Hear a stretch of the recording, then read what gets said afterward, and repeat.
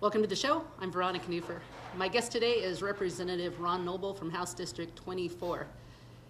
Things were so busy at the Capitol last year that we need an update, so I look forward to talking with him about things that happened in the past and what's going to happen coming up with a supermajority in the House, and I think the Senate as well. As well, yes. Yeah, so for an update and what we can expect, Representative Noble, thank you so much for taking the time. It's always a pleasure to be here. Thanks for having me again. Yeah, well, gosh, we got so much to catch up on, and how did it go last year? Last year was, it seems like it was a long time ago. I know. The short session just flew by, and it is very compressed. There's really very little time to vet things out, which is something I think is problematic. An actual chance to listen to some, well, to give each bill, each concept, legislative concept, their due process. So there were a few things that passed that I was happy about, some that not so much. So we're gearing up for this next legislative session. And as you mentioned, both in the House and the Senate, there's a supermajority now.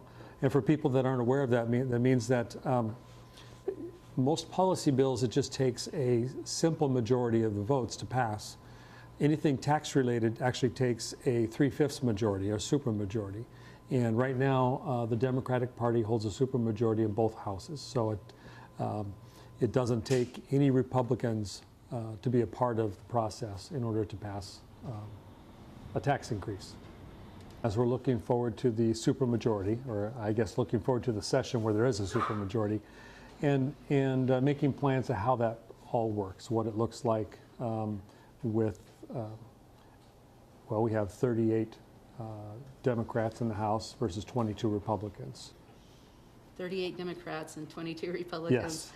How does that happen? Because there's a lot of people, well, throughout Oregon, if they're not in the metropolitan Portland area or Eugene, that are conservative. Isn't that right? You know, there are a lot of philosophies. I'm sure we'll be analyzing this election for a long time.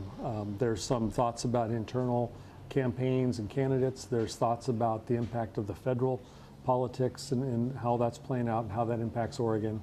I'm sure there'll be a debate for quite a while on what really impacted the election. But the House lost 3 seats. As opposed to gaining. At one point, we thought we were going to gain some seats. Well, you would think so, because the liberal agenda is so left-leaning. I can only say it's the media, the newspaper, the news. Is that what's making? I think we have a combination of a lot of things at play, and there are some people that are very strong opinions about why. I'm more in the area of, I think we'll find out down the road as things become more apparent. What the issues are, but we have.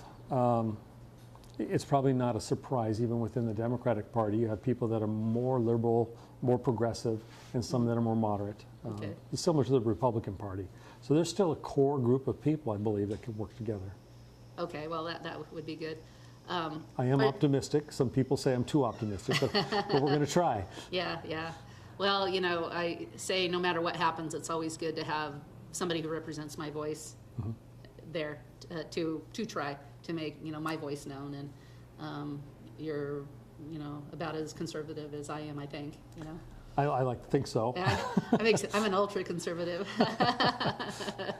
So I think you're pretty close there. Yeah. But with people, do you think people would really be okay with knowing that they elected the polls in Oregon as a whole, not just in the Portland area, but people who are mostly against the Second Amendment, who are for sanctuary cities, who want tax increases? I mean, this is what you get mostly with the Democratic Party there, isn't it? And I have a hard time believing that actually anybody wants tax increases. I think we're going to, I expect we're going to see some attempts to raise state revenues because it seems like we can't say no to any spending. And that's really what the problem is. And I think, unfortunately, we're looking at the needs, and there are other ways to deal with needs other than just raising state taxes. We have a whole host. Look at Yamhill County. we have nonprofits here that are working continually to help people, and not just one or two. We have some agencies like YCAP. We have Provoking Hope and Champion Team, and now that I'm going to forget others as I'm on the spot here. But we have a lot of great nonprofits, and quite honestly, I would rather give my money to a nonprofit than the state of Oregon. Now, there is a place for government. There are things that government needs to do, and I'm okay with that. What we're missing is that balance. Right. And it's not government's responsibility to do everything. We have, well, I believe we would agree on this, we have a personal responsibility to help our neighbor as well. Not to give money to government so they can help our neighbor. Right. Well, government doesn't care about your neighbor or my neighbor, but I care about my neighbor. Right. Well, anyway, so last year, can you give a quick overview? I know we have a lot we can talk about. You know, what we want to do.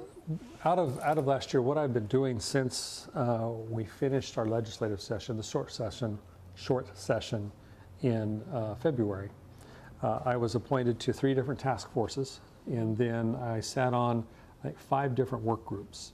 And the purpose of a task force, it's a legislative group that meets together based on the law that was passed to help solve a problem, or at least to begin the process. So the 3 task forces I were on, the Public Safety Task Force, is a joint task force with the Senate and the House, and has some lay people on it as well as public safety experts. And to look at things and to continually look at what we did in 2013 with justice reinvestment, to look at pretrial release and those types of things. The second task force had to do with the healthcare cost review, which dealt with looking at ways we can, or reviewing how hospitals are paid, how hospitals, especially with Medicaid, and ensuring that we're maintaining quality healthcare, but also trying to keep a lid on costs. And that is a very oversimplified version of a problem that was, I went in eyes wide open because I'm not a healthcare guru. But I learned a lot, and it's going to be an ongoing conversation. Is Obamacare a hindrance, and is this why you at the legislature has to problem solve this problem? Well, you know, I don't know, it would be false to say that it didn't have an impact, but I don't know enough about it to say that it's the problem. We have, at our particular time, we have federal Medicaid dollars, as we knew years ago when we started, when we entered an agreement, long before I got in the legislature, that the federal subsidy of Medicaid was going to drop to 90%. So the state will end up picking up 10%. We're not there yet. And at the same time, we have a Medicaid expansion program where essentially 25% of the Oregon population is on Medicaid. So we're increasing the number of people and providing more insurance to people. At the same time, the federal government's reducing their funding. So we have a huge funding gap in Medicaid, not unlike schools and other things. So that creates then a budget deficit in a time of great revenue, which is a crazy thing. So we're trying to find a way to minimize that cost without hurting the quality. Of interest is this bill to create this task force passed on a partisan vote. There were no Republicans that voted yes, and I am the sole Republican on the joint task force. Oh. So it's an interesting position to be in. I learned a whole lot. I agree with my colleagues on some things, and I disagreed with some things, because I feel very free to voice my opinion. Very interesting task force.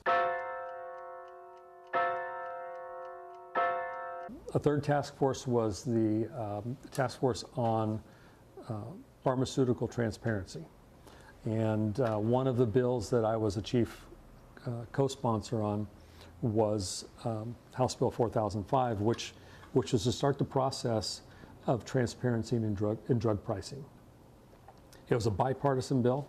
My partners on the bill were Senator Dennis Linthicum, who's also very conservative, and then Representative Rob Noss, who's very liberal, Senator Lee Beyer, who's a moderate Democrat, Elizabeth Steiner Haywood. So it was a mix of individuals that probably represented the entire spectrum of political ideology in the Capitol. But the cost of drugs, the cost of medicines, is not a partisan issue. I mean, it costs you, it costs me, it doesn't matter what your political persuasion is, you want the price of drugs to be reasonable. Right. You know, I don't spend any money for drugs, and here's why, is because I do alternative things. And so I spend my money on that. And I have found ways to make things myself and make it cost effective. It's too bad that drugs are way overprescribed, that if they're going to get into the transparency, that they don't look into better ways of doing things. And I said that this bill was the beginning. So we enacted the transparency for manufacturers, and I think it's just the beginning. This task force actually then looked at transparency throughout the whole chain, which then brings to light people who make money on us and the pharmaceuticals we may need, and how much pharmaceuticals are pushed that maybe don't need to be pushed. And I would expect this task force to continue on for another year or two. Healthcare cost review has ended. Pharmaceuticals, I expect that to go on for a while. You think alternative ways of doing things will come up? I think so, but the focus has been the traditional pharmaceuticals, from the manufacturer through the pharmacy benefit managers to the insurance companies and the wholesalers and then the pharmacists. What I learned is that it's not a normal supply chain. It's not a matter of manufacturer to wholesaler to retailer. The money goes up and down the chain. It's very convoluted. As soon as you think you understand it, you don't. So we're taking some steps, and I've got a bill to help simplify, and it's a bipartisan bill to help simplify, and it actually manages how contracts can be written up between the pharmacy benefit managers and the pharmacists, because the pharmacist's hands have been tied. There are times when a retail drug cost is cheaper outside of your insurance, where it could cost you $5, but you're going to pay a $20 copay because the insurance company will make you pay the copay, and then the $15 goes back to the insurance company. So they end up making money and not insuring you at all. So that in the pharmacist right now by contract hasn't been able to tell you that. Otherwise they would lose their contract to sell drugs. So we're making that illegal. At least that's the hope, is to make that illegal, and those types of agreements would no longer be allowed, so that you could trust your pharmacist to say, you know what, if you just pay for this, it's cheaper. Now, you know, everybody knows that drug companies make a tremendous amount of money, and what I would assume, because you see it in all other areas in government, is that there's politicians that get paid from, you know, the powers that be, you know, who is ever in charge of these drugs, to not fix things, but to keep things the status quo, or even make things better for the, you know, companies. No, there's drug companies definitely have had their bad actors, but again, I would also say that we have pharmacy benefit managers and insurance companies that sometimes hold the drug companies hostage. There's a rebate program that's that I don't know that we can do anything with, because it has to do more with interstate commerce. Just as I'm going to get too deep into the weeds, I know it, but pharmacy benefit managers want the retail price of drugs to be high because they make a commission off the price of the drug, and then they send a rebate back to the manufacturer for what they call the wholesale acquisition cost. So the retail price is advertised here. They never get this much money, they get this much money, but the middlemen make money off of this. So when I said we started transparency at the manufacturer, there's a whole lot more that we need to do throughout the whole chain, so that you and I, if we need pharmaceuticals, we're paying a reasonable price, and money's not going back up and down. It's a reasonable cost. People can still make a living, but we're not getting gouged. So that's just one task force. And then work groups, one to deal with mental illness and how we deal with mental illness, one to deal with child abuse and intervening in that, which is a big issue and a big topic in our state right now, and should be. Okay. we don't have that much long left. I know, so I've maybe been about- talking a lot. Oh, no, you've been doing good, and I've been asking the questions too, so. But can you, you've been working with Commissioner Mary Starrett. Yes. Can you talk about, is this up and coming, what you are working on, and can you talk about what you think's up and coming? Yeah, we are hoping to provide a pilot project in Yamhill County specifically for a new way of delivering child welfare services. And it's really because we want to do the best we can to keep families together. When we need to remove children from families, we want to make sure the child is safe and healthy and minimize that transition time. Mm-hmm. The state wants the same thing. The difference is we believe it can be done at a local level, at a community level, better than a large bureaucratic state level. That's for sure. So we're still working on some of the details of the proposal, but I have submitted to legislative council to draft the beginning of what would be a pilot project with DHS and Yamhill County to deliver the services. The model would be not exactly the same, but under the same philosophical idea of how the Oregon Health Authority delivers Medicaid through the local Yamhill Community Care Organization. So the Oregon Health Authority still has overall control, and DHS would still maintain control. But the delivery of services, the interaction, the use of local resources would all be run locally by the county. We're proposing a 5-year pilot project. And at the end, my hope is that we would have an alternative to delivering services based on the county's capabilities, based on an agreement that they're able to establish with DHS. So it wouldn't be mandated by for other counties, but it would be an option. If a county had the ability and the desire, they could then deliver services similar to what this pilot project would be. That would be the end goal. Is DHS, is it controlled by the county, paid through by the county? Well, right now, it's all state. It's all state, okay, Yeah, yeah. there is a human services department in the county that Silas runs. Okay. But Department of Human Services statewide that does child welfare and some other things, they're all state employees. Okay, because Commissioner Starrett, when we have been talking, she says that there's no accountability for DHS, and which is too bad if they're state especially. Does this help? What this does is it takes to their defense, the director, Fairbours of DHS, and then Marilyn Jones, the director of child welfare, they're looking at the whole state, and it's just a large, for lack of a better word, a huge bureaucracy that it's really hard to track and keep track of all the different things. For sure, yeah. We believe that Yamhill County, and there may be other counties that would not be suitable for this, Yamhill County with about 100 foster kids could do a better job of holding people accountable locally, accountable to local people. And then our program would then report to DHS. We report on how well we're doing with recruitment of foster families and vetting foster families and making sure children are safe. How well do we do with keeping families together? And it will allow us then to do more preventative work with families in order to help them stay together. And that's the philosophy behind the whole thing. I've had some personal good experience with DHS, so I don't want to slam them.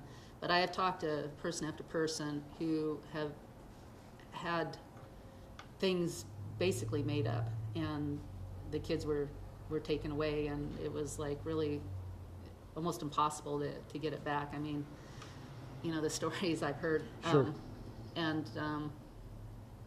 You know, I don't know why, but there doesn't seem to be accountability. You know, and I follow their stories. And I I've know heard they're true. many of the same stories, and I've heard some positive stories. Yes. And then in my time in law enforcement, we did work with DHS. I've been in it's not an easy thing to take a child from a family. I've had to do that, and then place them in foster care. But I think what we're seeing is right now we need to come up with a different way of doing business.